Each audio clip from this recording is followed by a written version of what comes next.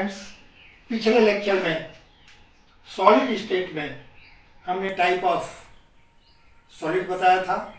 फिर crystalline solid में type of crystalline solid, उसमें कितने प्रकार के होते हैं।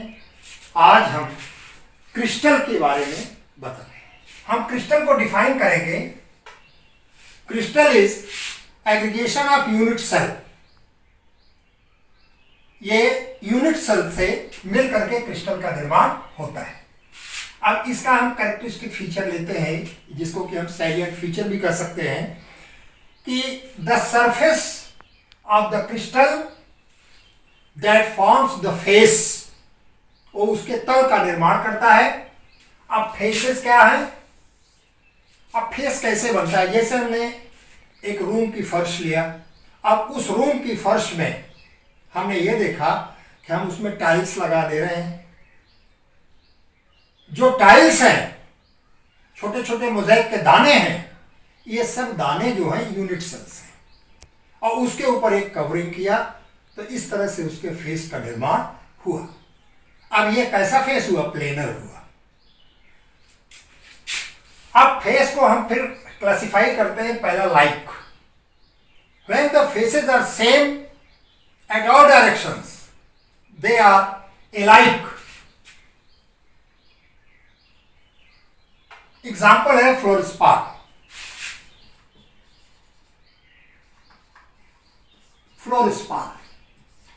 ये जिसका एग्जाम्पल है फ्लोरस्पार।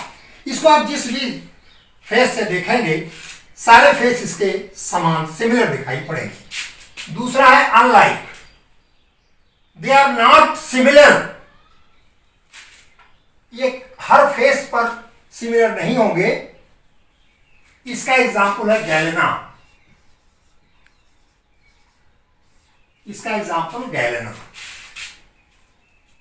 इसका दूसरा है form.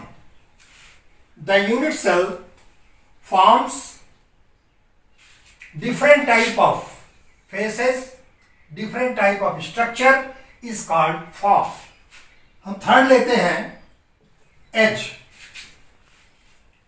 The intersection of three-dimensional faces is called edge.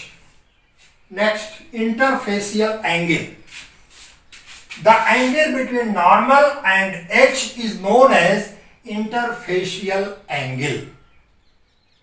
अब हम रिलेशन देखते हैं इन सब में।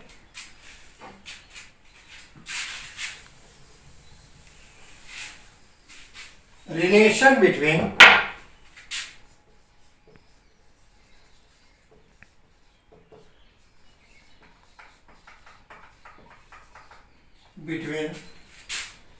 face,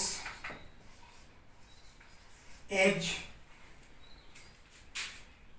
form. Suppose plain face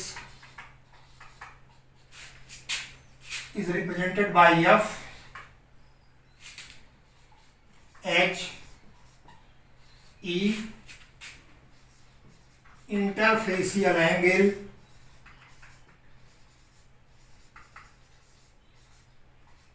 C. Then the relation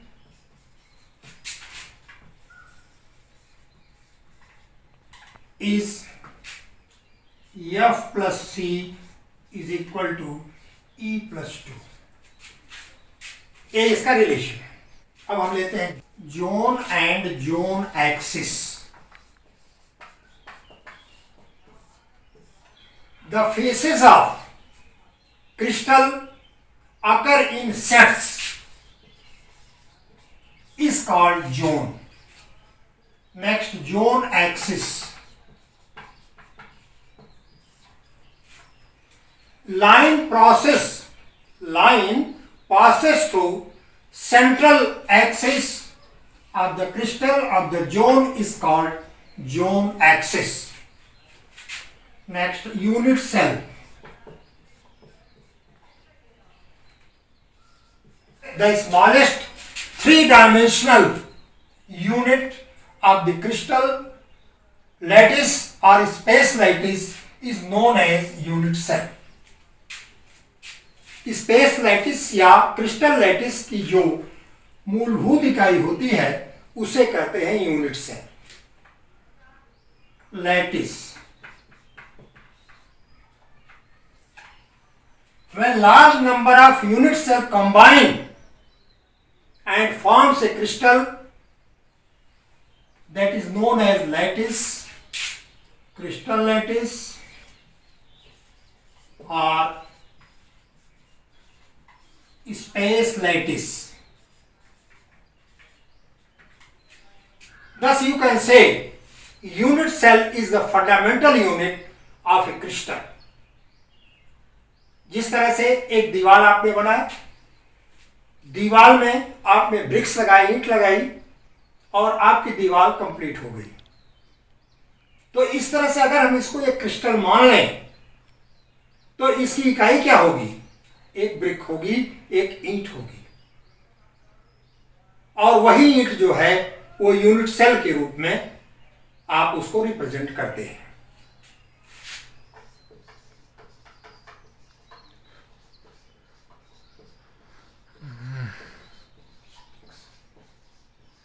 Characteristics and parameter of unit cell. Crystallographic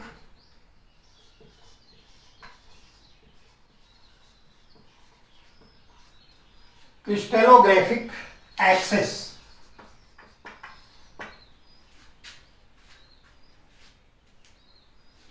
These lines drawn parallel to the crystal.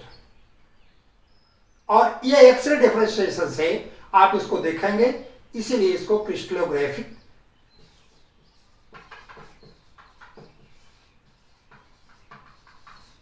Interfacial. The angle between two axis is known as interfacial angle. और third है primitive.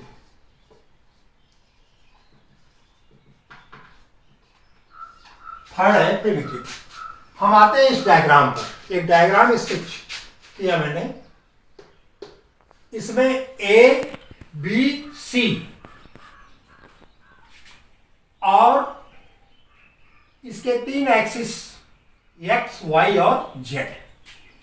X Y और Z ये तीन axis हो गई, और बीच में हम इसको लेते हैं, ओ से डिनोट करते हैं। तो हमारी एक क्रिस्टलोग्राफिक एक्सिस होती है ओ एक्स, दूसरी होती है ओ वाई और तीसरी होती है ओ जेड। ये तो हमारा हो गया क्रिस्टलोग्राफिक एक्सिस। अब इंटरफेशियल में हमने देखा